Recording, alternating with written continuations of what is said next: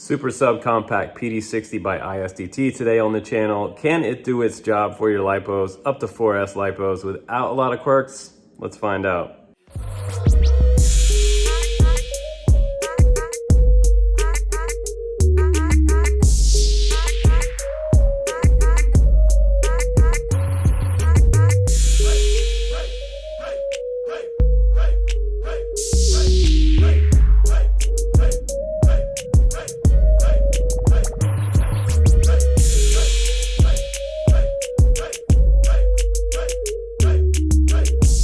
Alright guys, first things first, this thing is only 81 grams. It's kind of like my dream travel charger here. So let's just get right into it now. I like how small this little charger is. Not only is it super lightweight, let's just put this measuring tape on here. It looks like it's about just under 3 inches, close to 3 1/4. And wide, we're looking at just about 2 1/4 inches wide. So very compact, probably even a little bit lighter than the Q6 Nano that I had on the channel last week that you guys saw. But this little guy is 60 watt. It can charge up to 6 amp on a 4S battery. So 4S battery maximum size.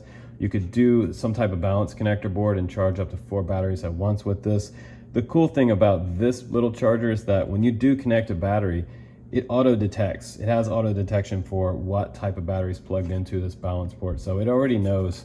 You can see right here, you have to plug in your black lead all the way on this side. You'll have negative here and up to 4S. But 6S guys, this one's not going to work for your 6S batteries. But we do have different charge rates on here.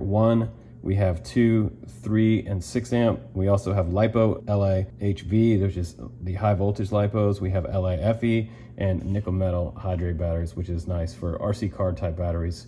We have an input connector on this side that is a USB-C port right here, and it says 5 to 20 volt range. So you could use a 4S like 10,000 milliamp and do a lot of charging out in the field, but you can plug this into various different power sources, and not all power sources are made the same, guys. So if you're trying to plug this into something like a cheapy deepy little Android phone AC wall outlet connector, some of them have different amp outputs, so you got to pay attention to what you're plugging this into.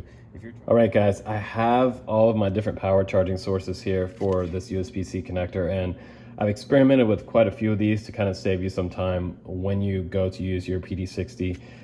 It is a little bit quirky in the power source selection. Now you can't just use anything. I had a lot of failures using this sort of old school Android AC wall adapter outlet.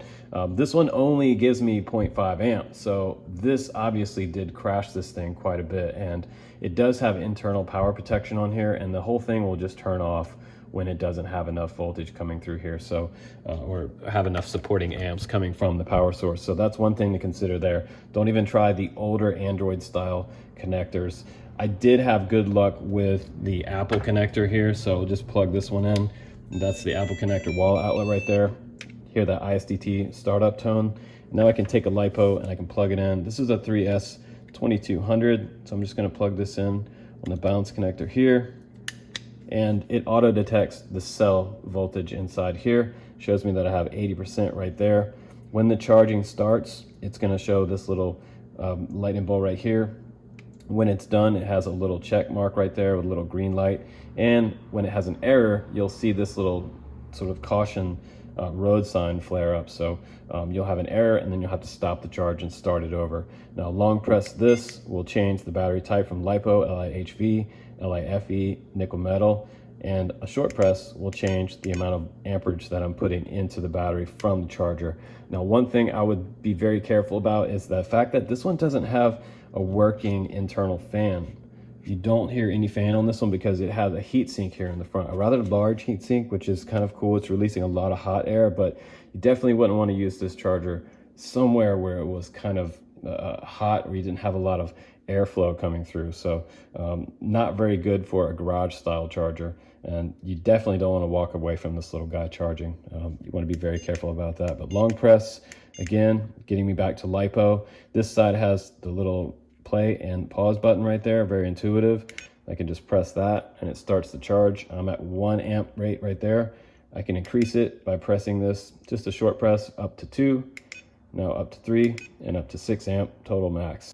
and it seems to be doing it on 6 amp, but I wouldn't leave it charging on this connector on 6 amp because honestly, this one only has an output of 2.5 amps. So you'll notice that this will get very hot if you leave it over time charging on 6 amp. So be careful about that.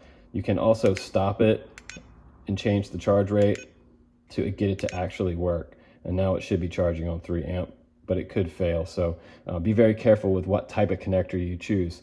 The best connector that I found for power source is going to be my Apple laptop charger. This one has the USB-C. This is a 2018 laptop. It's a MacBook Pro, and this one does work actually pretty good. So I'm going to stop that.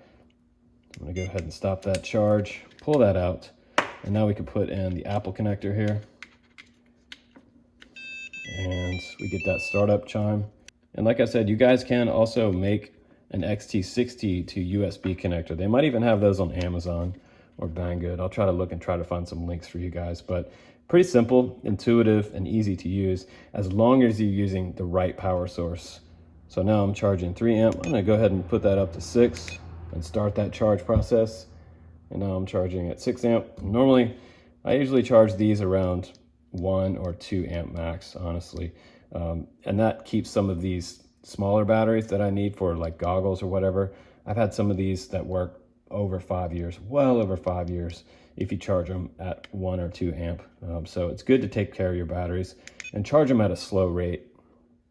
And also guys, I was kind of interested to do a little test for nickel metal here. This one does not have a balance connector. It is a 2-cell 7.2 volt nickel metal, and we'll just plug this in here with the XT60, and it does not show me any type of information here for how much juice is in this battery. So you will need some type of nickel metal with a balance connector. So it looks like I can't even charge this battery, and it's going to give me the error. So that's the error right there that you'll see. You have no balance connector plugged into this unit. So overall, I mean, some final thoughts on the PD60. I love the compact size, and I would like ISDT and URUAV to work together more to make us a small charger like this. And I would really like to see maybe a few more buttons on here for menu navigation or some type of Bluetooth connectivity. That would be super cool if they had an app with the PD60.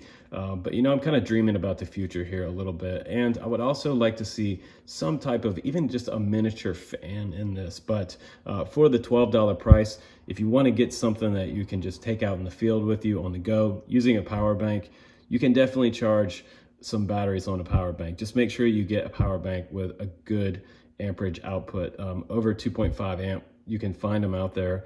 If you can find something with a maximum 5 amp power output, that would be even better for this PD60. But I think overall for 12 bucks, again, I mean, it is what it is, guys, as usual on the channel. It does have a little bit of quirks, but it's hella portable and it's actually kind of cool. So just another charger on the market to consider, or something quick to grab for a trip, or something simple and easy to use. Just again, you want to make sure this one has lots of ventilation. You can check out the PD60 link down below, guys. Thanks again for subscribing on the channel. I'm Justin Davis. Take care, guys, and I'll see you on the next one.